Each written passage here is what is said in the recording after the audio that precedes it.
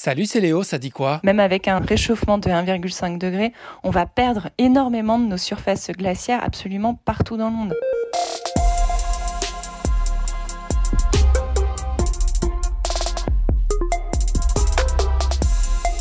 On s'en rapproche chaque jour un peu plus parce que selon l'Observatoire européen de l'état de la Terre Copernicus, on vient d'atteindre les 1,43 degrés de réchauffement climatique par rapport à la fin du 19e siècle. 2023 sera même probablement l'année la plus chaude depuis 125 000 ans. Une étude qui tombe le jour du sommet mondial pour les pôles et les glaciers organisé par Emmanuel Macron aujourd'hui à Paris. Des scientifiques comme Lydie Lescarmontier en profitent donc pour lancer un appel. Nos glaciers, c'est nos châteaux d'eau. Notre banquise, c'est aussi ça qui nous permet de réduire les vagues de chaleur, les événements extrêmes en Europe de l'Ouest. Perdre nos calottes de glace et aussi augmenter le niveau marin de plusieurs mètres dans les siècles qui arrivent. Donc tout ça, en fait, va vraiment nous retomber dessus. La glaciologue demande un statut juridique spécifique pour les glaciers et une suspension de tous les projets d'aménagement en cours. Tout ça alors qu'on a appris également hier que plus d'un tiers des glaces du Groenland ont fondu depuis 1978. Aux États-Unis, un nouvel espoir pour les femmes. Les électeurs de l'Ohio votent pour la protection du droit à l'avortement. Tu es pour ou contre l'avortement ? Ouais, toi ? C'est le 7e État qui vote pour, sur 7 à s'être déjà prononcé, depuis que la Cour suprême a cassé ce droit au niveau national.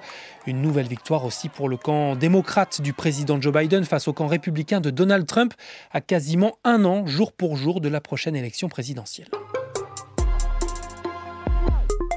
Est-ce que tu as prévu quelque chose dimanche? Parce que dans le contexte de la guerre en Israël et d'un regain des actes de haine contre les Juifs en France, les présidents du Sénat et de l'Assemblée nationale donnent rendez-vous à une grande marche contre l'antisémitisme. Nous espérons que le plus grand nombre de Français répondront favorablement à cet appel, seront présents. Lui, c'est le président du Conseil représentatif des institutions juives de France, le CRIF. Il salue l'initiative. Comme le camp d'Emmanuel Macron, comme la droite et même l'extrême droite, la présence du Rassemblement national jugée illégitime par le Parti socialiste qui ira quand même à cette marche. La France insoumise, elle, réserve sa réponse à cause de cette présence du RN. Pour Jean-Luc Mélenchon, qui fait référence au bombardement à Gaza, je le cite, « Les amis du soutien inconditionnel au massacre ont leur rendez-vous ». Personnellement, je choisirai les gens à côté de qui je marcherai et ne défilerai qu'avec des gens dont je partage les valeurs.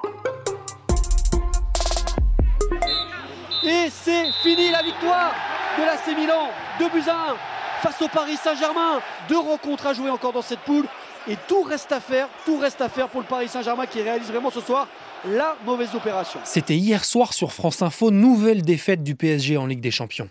On a essayé de marquer ce deuxième but, ils l'ont marqué avant nous et après on a essayé de réagir mais c'était trop tard en fait. Les coéquipiers de Kylian Mbappé sont quand même deuxièmes de leur groupe. Hier, Manchester City et Leipzig se sont déjà qualifiés pour les huitièmes de finale.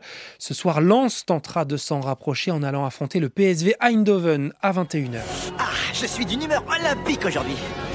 Pas vous ?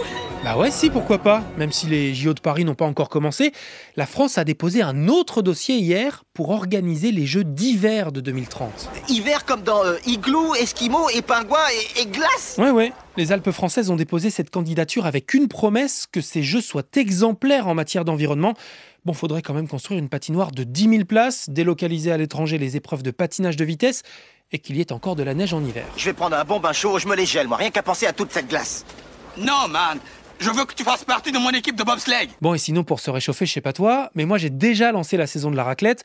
Et si je t'en parle ce matin, c'est parce que les producteurs de raclette, mais aussi d'Emmental ou de Tom de Savoie, veulent obtenir le label AOP pour appellation d'origine protégée. Le label AOP est un label beaucoup plus parlant pour les gens, pour la qualité de le terroir et quasiment le premier qui ressort. Et la différence avec l'IGP, l'indication géographique protégée, dont tu as peut-être déjà vu les logos sur ces fromages, c'est que la zone géographique de production est plus petite, concentrée sur un même terroir, alors qu'aujourd'hui... C'est environ 5% de la raclette qui se produit en France. Donc il faut faire reconnaître ce produit-là, puisqu'il y a quand même des producteurs de lait, des fromagers, des affineurs qui en vivent. Et pour accompagner la raclette, pourquoi pas un petit verre de vin, alors que la production mondiale est en baisse avec des conditions météo défavorables en Italie, en Espagne, au Chili ou encore en Argentine.